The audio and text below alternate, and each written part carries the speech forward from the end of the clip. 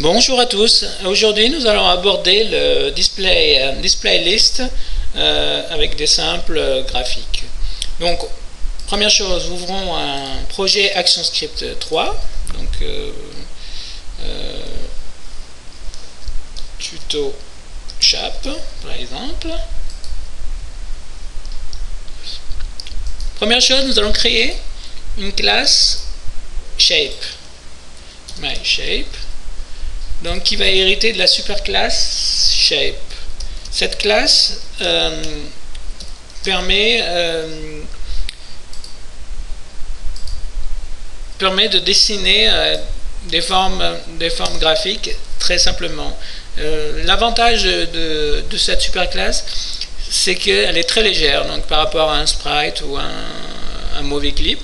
Donc, ça permet, par exemple, de faire des jeux très rapides et qui ne contient pas beaucoup de mémoire. Donc, première chose, ce que nous allons faire, c'est que Shape en fait permet de dessiner le graphique directement. Donc, this se réfère à la classe directe MyShape. Donc, comme MyShape hérite de Shape, donc normalement elle hérite de graphique, et donc du coup nous pouvons dessiner des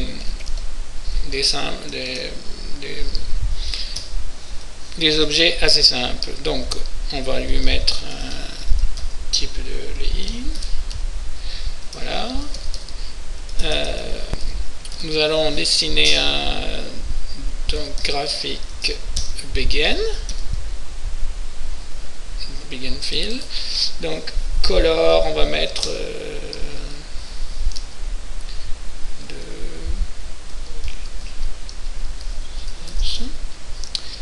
et après ça nous allons choisir notre forme.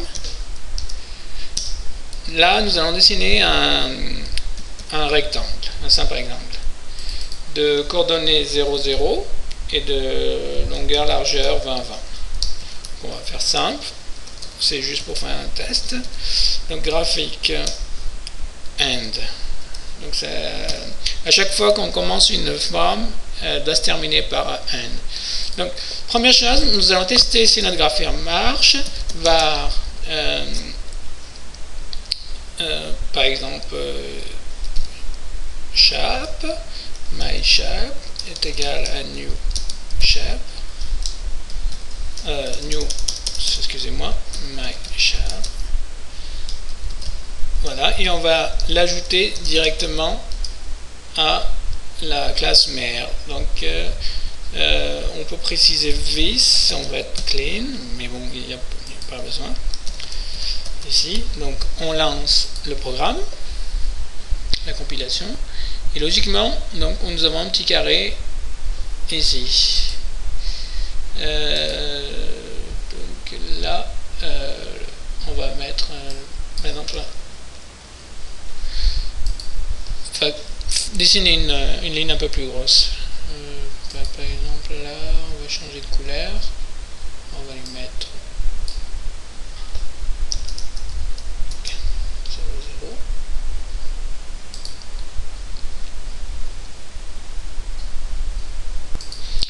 Voilà. Donc là on va d'épaisseur et rouge le trait de autour. Donc on compile. Voilà. Première chose, on va juste faire une boucle qui permet d'afficher par exemple 8. Bah, 8 carré 0. Par exemple i plus petit que 8, i plus, donc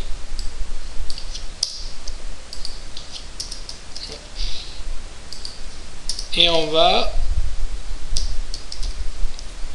les afficher par exemple toutes les longueurs plus avec 2 de marge. Donc logiquement on a 8 carrés avec un petit peu de marge. Voilà, peut-être on va faire une marge un peu plus grande.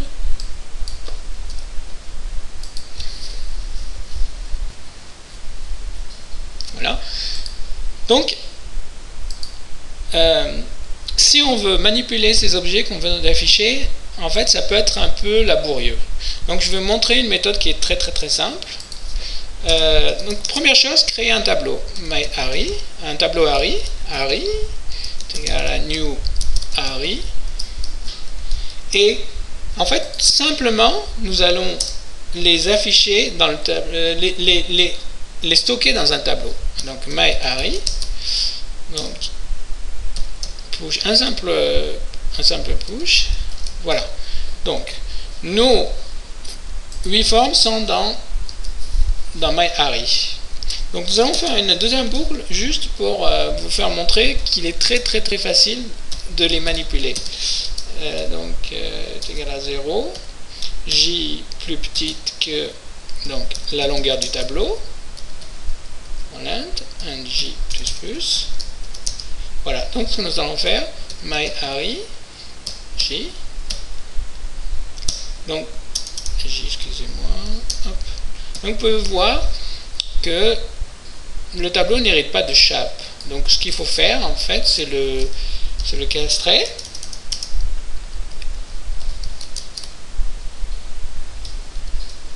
Donc, voilà. On va importer la librairie avec CTRL chape. Et là, vous pouvez voir que nous avons la propriété de rotation. Donc, on va les faire tourner de 45 degrés juste pour voir que ça marche. Donc là, il va afficher tous nos carrés de rotation 45 degrés. Donc, vous avez pu voir qu'il est très facile. Vous pouvez faire tout ce que vous voulez avec juste en manipulant le tableau. Il existe une autre méthode qui est un peu plus laborieuse, que parfois nous sommes obligés d'utiliser quand on crée par exemple des formes dynamiques. Mais bon, cette méthode avec un tableau est vraiment, on peut l'utiliser dans beaucoup de cas. Moi, je l'utilise beaucoup pour créer des jeux par exemple, ou d'autres programmes un peu plus complexes. Par exemple, une galerie photo est très facile d'utiliser Array. Donc, la deuxième méthode, c'est directement d'utiliser avec le getChildren. Donc, comment on utilise getChildren? En fait, il suffit juste, donc on va modifier notre fonction. Donc, vis.numéro children -1. Donc, nous allons mettre égal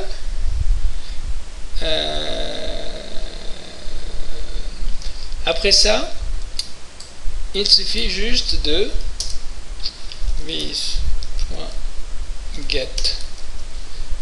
getChildren par index J, et là vous pouvez modifier directement est égal par exemple 45 degrés. Donc là on peut effacer le tableau, nous n'en avons plus besoin.